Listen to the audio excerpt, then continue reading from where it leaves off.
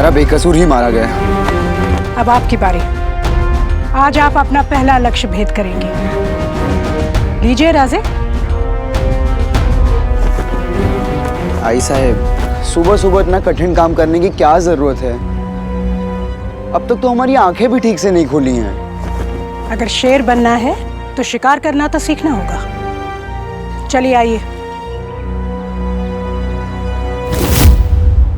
आई साहब,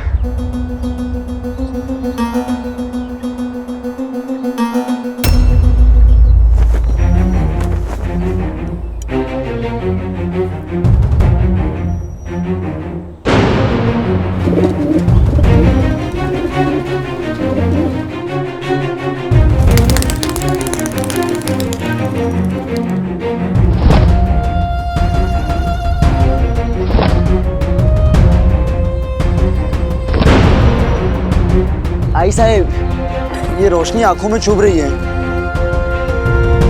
हम ये खेल कमरे के अंदर खेल सकते हैं? ये खेल नहीं है राजे, ये युद्ध का अभ्यास है। याद रखिए, युद्ध भूमि में रक्त उन्हीं का बहता है जो अभ्यास में अपना पसीना नहीं बहाते। चलिए ठीक से अभ्यास कीजिए, निशाना साधिए। निशाना साधने के लिए हम सिपाही और सेनापति को आदेश दे सकते हैं? आदेश सिर्फ तानाशाह देते हैं। आपको छत्रपति शिवाजी महाराज की तरह आदेश और प्रेरणा दोनों अपने प्रजा को देना है। जो प्रजा आपसे डरती है वो आपके सामने झुकती है, लेकिन जो प्रजा आपसे प्रेम करती है वो आपके लिए अपना सर भी कटा सकती है। इसलिए आपको अपनी प्रजा का प्रेम पाना है, उन्हें प्रेरणा देनी है। स्वयं तो हमें आदेश दे रही हैं और हमसे प्रेरणा दिलवाना चाहती हैं। कुछ कहा आपने? यदि हम एक पक्षी मार देंगे तब तो हमें जाने देंगी ना?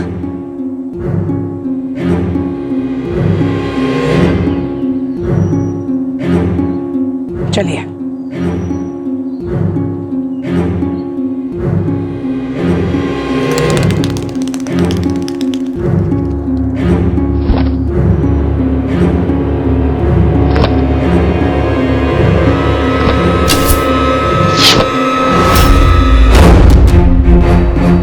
कोई बात नहीं, फिर से निशाना साधिए।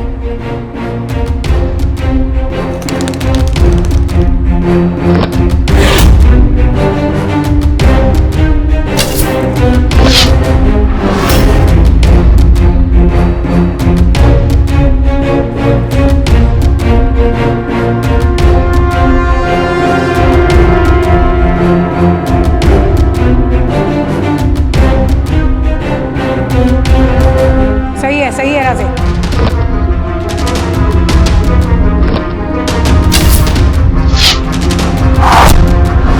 वाह महाराज, लग गया हमारा तीर।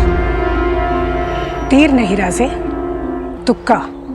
युद्ध में आपको इतने मौके नहीं मिलेंगे, इसलिए आपका निशाना अचूक होना चाहिए। याद रखिए, आपको स्वराज की लड़ाई सिर्फ लड़नी नहीं है, जीतनी है। हो।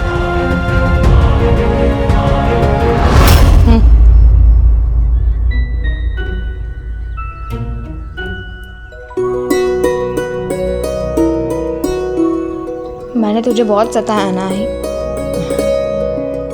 बहुत क्रोध में है ना? नाही रे बाळा, सांग ना आई।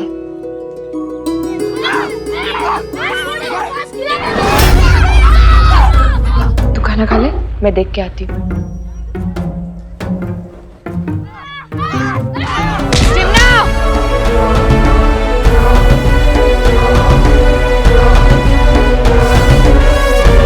इसे इसके अपराध का दंड मिल गया, जाने दे इसे।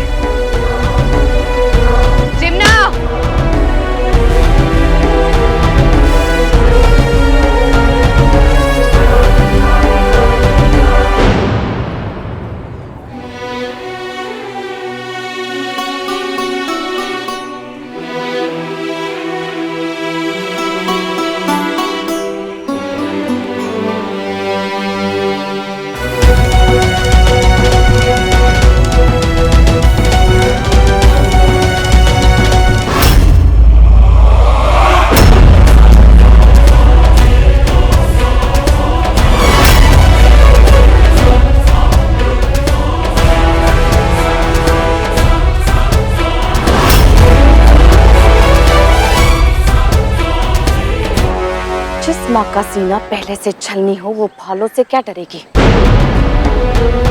हटो सामने से, मुझे नासिर से बात करनी है। तुम्हें जनाब निजाम कमरुद्दीन खान के साहिबजादे से क्या काम हो सकता है?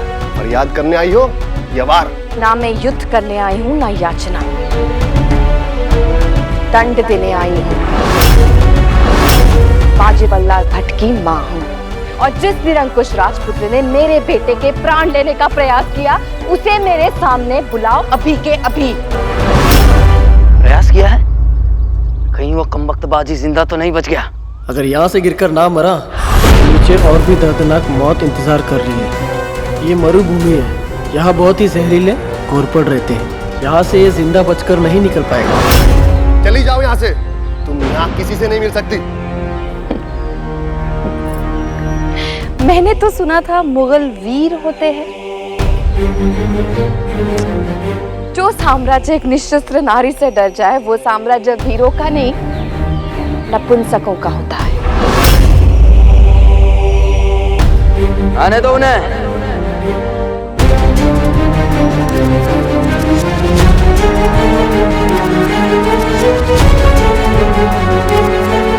चाहिए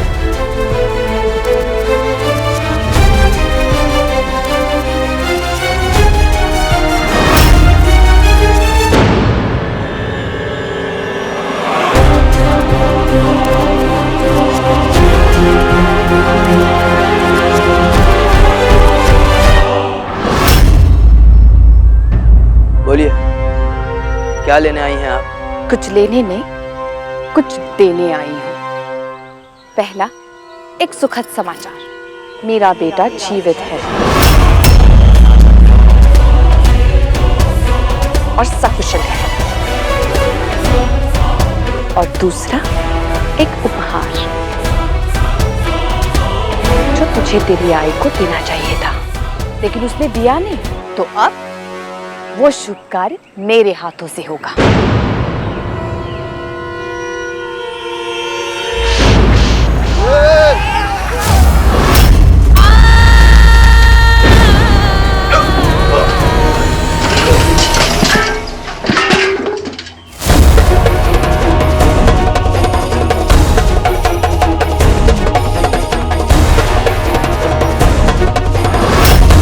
बालक समझकर तुझे भी क्षमा कर रही हूं नासिर, ताकि तू बड़ा होकर सुधर जाए।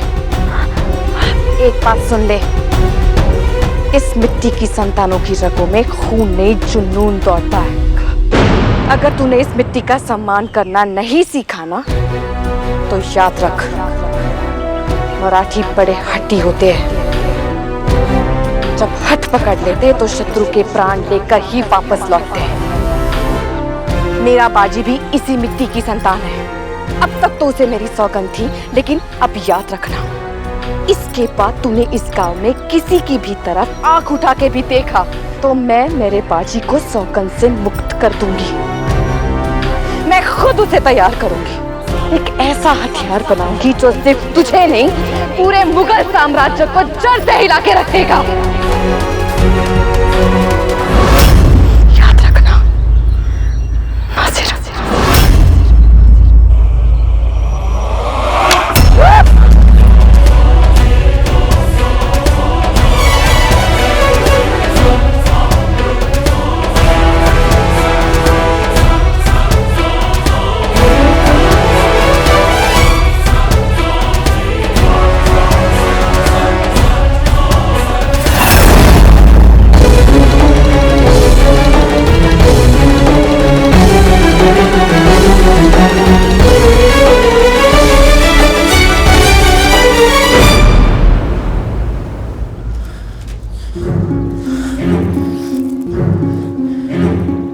बिना अपराध किसी की हत्या करना सही कैसे हो सकता है आई साहब?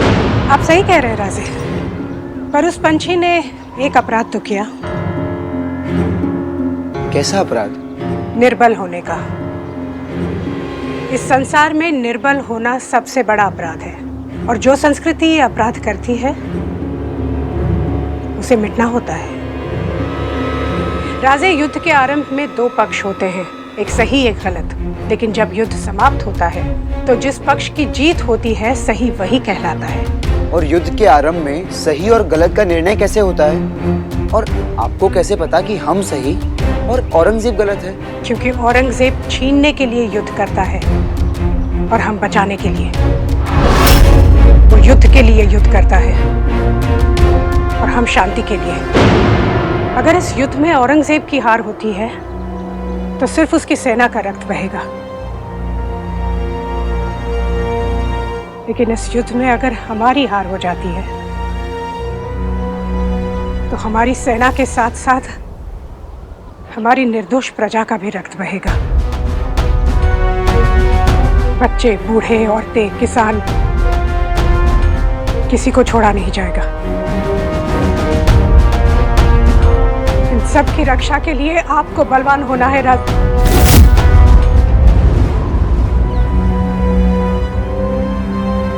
सेवक एकांत।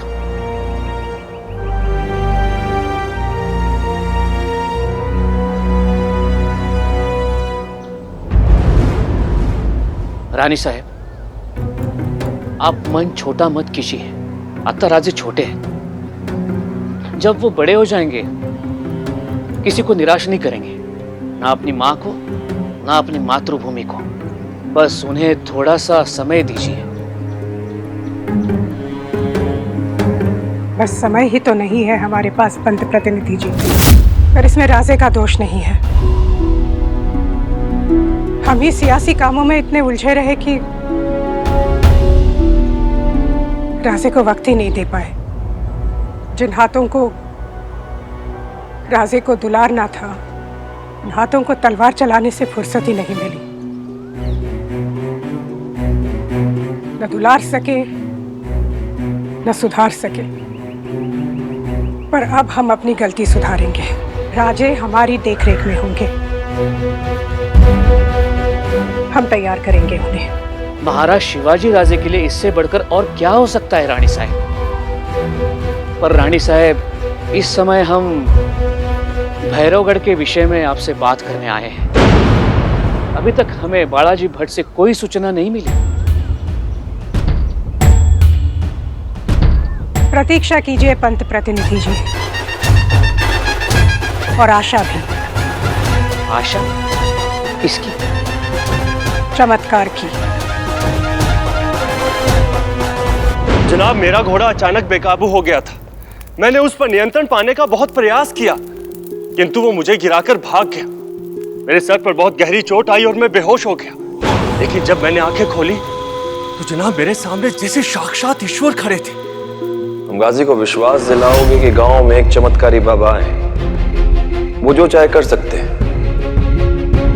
उसे बाबा के चमत्कारों की ऐसी कहानियां सुनाओ कि वो स्वयं हमसे मिलने के लिए उत्सुक हो जाए। और जनाब, मेरी टांग टूट गई थी, बहुत दर्द हो रहा था मुझे तो लगा था कि जैसे पूरा जीवन मुझे एक ही टांग पर चलना होगा। लेकिन जनाब, उस चमत्कारी बाबा के स्पर्श मात्र से मैं बिल्कुल ठीक हो गया। मेरा दर्द एकदम गायब हो गया।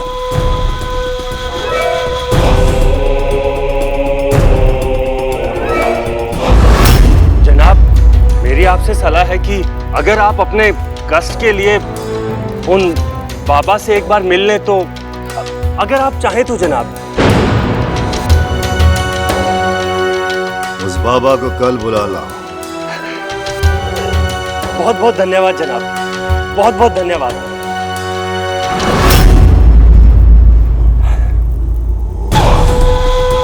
अब्दुल्ला, इस दुनिया में चमत्कार नहीं होते, इत्तेफाक होते हैं। और सियासत में इत्तेफाक भी नहीं होते, सिर्फ साजिश होती है। हो सकता है ताराबाई की ये कोई नई साजिश हो।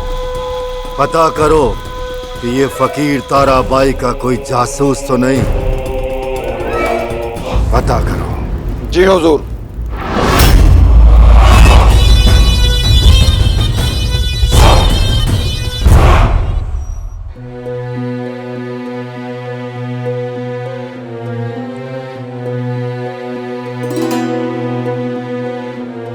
आई कहाँ चली गई?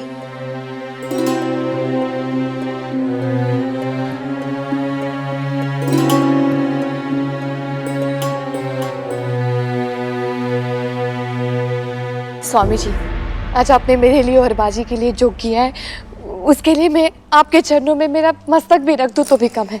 काश मैं आपके ऋण चुका सकती स्वामी जी। आप तो मेरे लिए ईश्वर से भी बढ़कर हैं। अरे नहीं नहीं, हमने कुछ नहीं किया है। आपके पुत्र की रक्षा आपके प्रेम और विश्वास ने की है। ये जानते हुए कि आपका पुत्र अल्पायु है, उसका जीवन काल छोटा है, आपने इस कटु सत्य को जिस विश्वास और सहजता के साथ स्वीकार किया है कि बाजी को पता चलना तो दूर, आप स्वयं ही भूल गई इस सत्य को।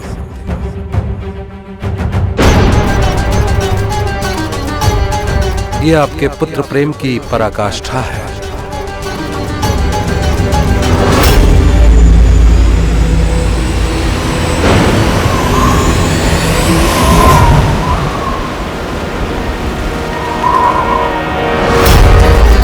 तू कम मखला, खुद यहाँ आकर हमारे जाल में फंस गया।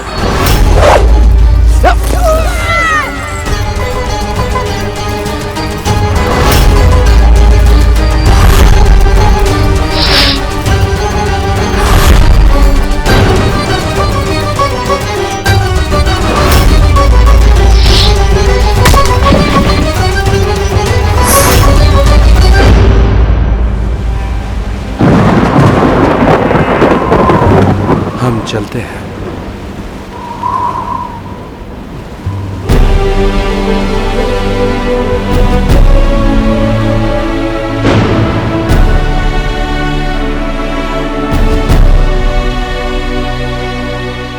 आपको क्या लगता है आपके सिद्ध पुरुष होने की बात पर गाजी ने विश्वास कर लिया होगा? पता नहीं, पर खतरा तो उठाना ही पड़ेगा। बालाजी, खतरों से खेलने का शौक आपको है, लेकिन एक बात स्मरण रहे, इस खेल का मूल्य प्राण देकर चुकाना पड़ सकता है।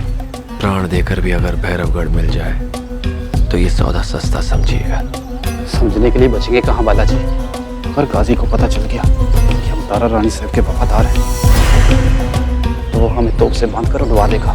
बात तो आप सही कह रहे हैं,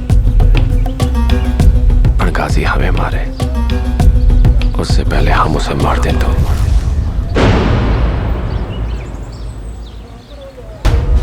बालाजी, आप हमें पहले बता देते कि आपके इरादे ऐसे हैं तो हम आपके साथ कभी नहीं आते। इसीलिए तो नहीं बता। हमें आपकी आवश्यकता है, वो बाबा ही क्या जिसका कोई चेला ना हो। अतः तैयार बा, गाजी से मिलते ही कुछ भी हो सकता है। गाजी की शक्ति है उसकी सेना, और हमें उसकी शक्ति को अपना बनाना है। खास गाजी का वध कर स्वयं को किलेदार घोषित करके उसकी सेना में विद्रोह भड़काना है, ताकि मंदार जैसे सैनिक हमारे साथ होकर मुगलों को मार के रहे। इतना सब कुछ सोच लिया तो ये भी सोच लिया होगा कि गाजी का वध कैसे करेंगे। बालाजी, गाजी का कुर्ता सिलने आए या उनके प्राण लेने? सुश्रुत संहिता के अनुसार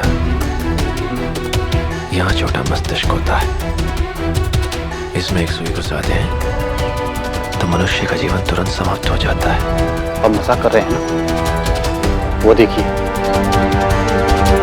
इतनी सख्त निगरानी के बावजूद आप ये सुई अंदर कैसे लेके जाएंगे?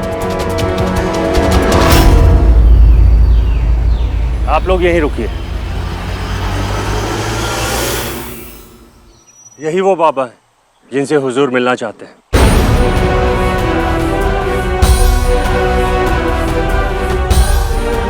मराठी चाहे तो उड़ती हुई चिड़िया के पाँव में मेहंदी लगा दे और उसे पता भी ना चले। तो ये छोटी सी सुई अंदर ले जाना कौन सी कोई बात है? बस जैसा हम कहें वैसा ही कीजिएगा। अरे पन क्या? तो तुम बाबा हो? ढील डॉल से तो तुम एक सिपाही नजर आते हो।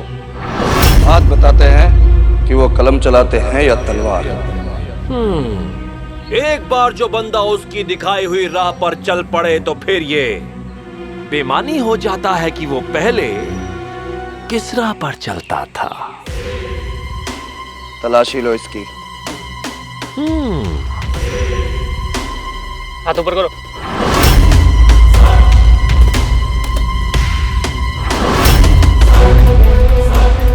हाथ सीधा करो।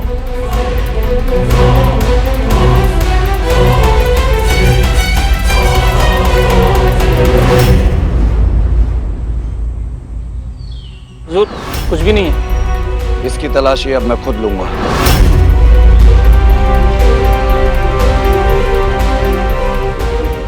आ जाओ।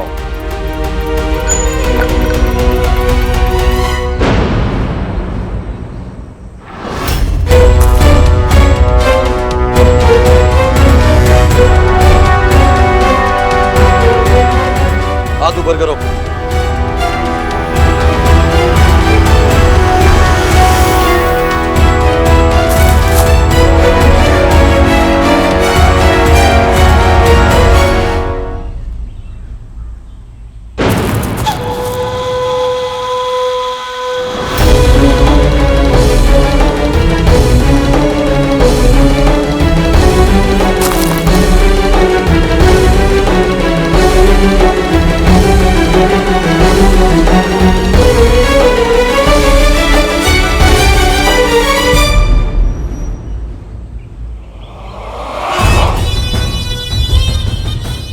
पीछे आओ हमारे।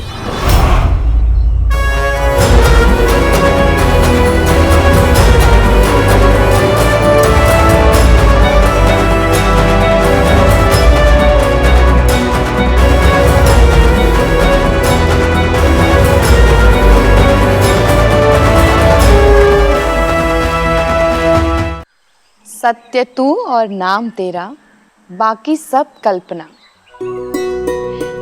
तेरे नाम मन में यूं रहे, रहे द्वार पे जो अल्पना। महादेव ने बड़ी कृपा की है बाजी तुझे वापस लौटाकर। पता है तुझे, तेरे बाबा ने और मैंने कई सारे सपने देखे हैं तेरे लिए। एक पल के लिए लगा था कि वो सपने कभी सच नहीं हो पाएंगे,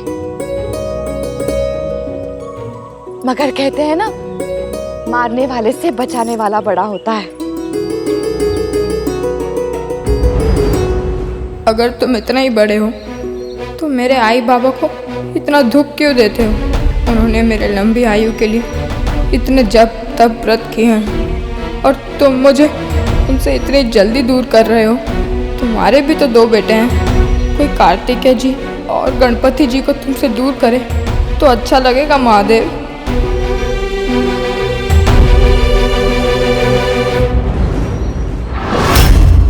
बाजी, जरा रसोई से थोड़ी हल्दी और ले आ। हो आई।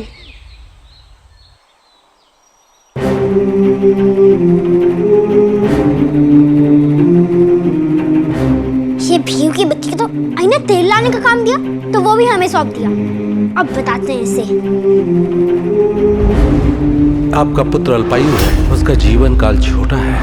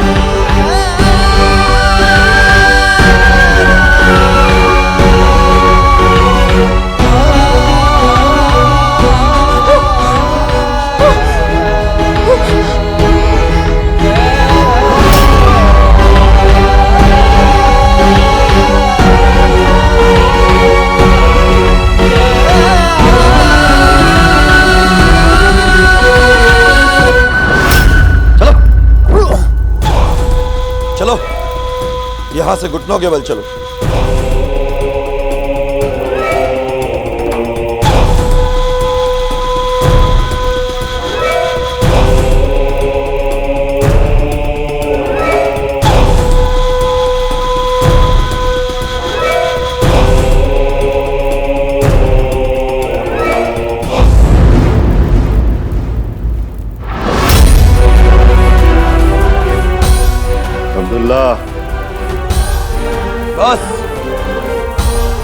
बस बानगढ़ के किलेदार।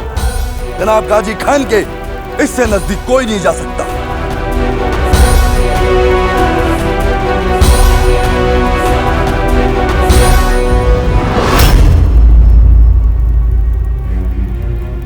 हम तो उसके बंदे हैं और इस बहादुर के सर दुआओं की दौलत लुटाने जा रहे हैं।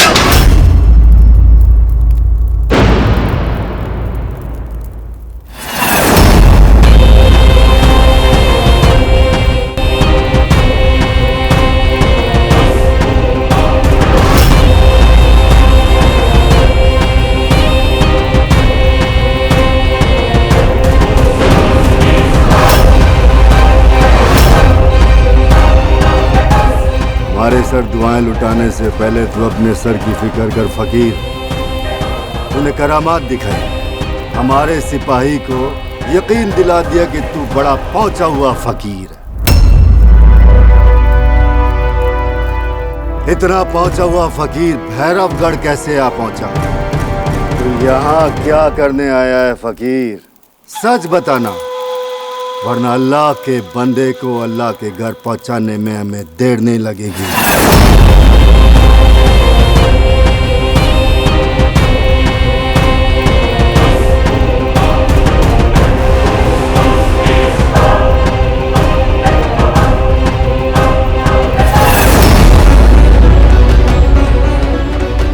आपके पुत्र की रक्षा आपका प्रेम और विश्वास ढकी है।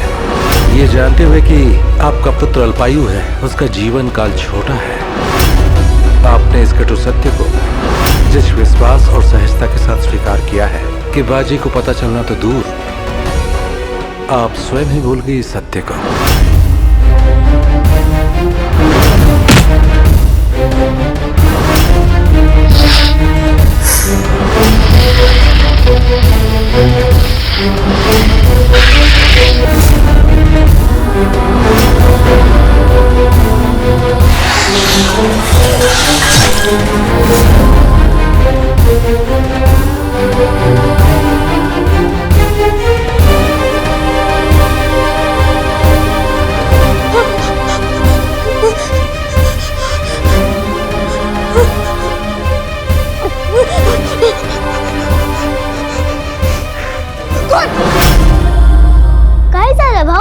डर क्यों रहे हो?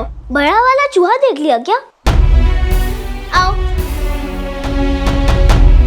मेरे पीछे आओ, मैं उसे आई के चिमटे से डरा दूंगी।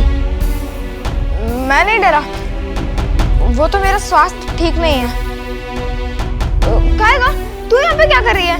अचार चाटने आई थी। इमली छोड़ दी ना तो अचार चाटने का मन करता है। भाऊ अचार निकाल दो ना। हाँ।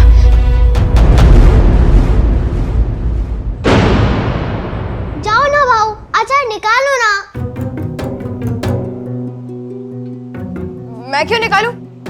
कल को यदि मैं नहीं रहा तो तेरे लिए अचार कौन निकालेगा? चल स्वयं अचार निकाल। भाऊ मेरा हाथ वहां तक जाता ही नहीं, तब भी तो आपसे मांग रही हूँ। और यदि आप घर पर ना रहो तो आपकी वापस आने की प्रतीक्षा करूंगी। कभी वापस नहीं आऊं तो?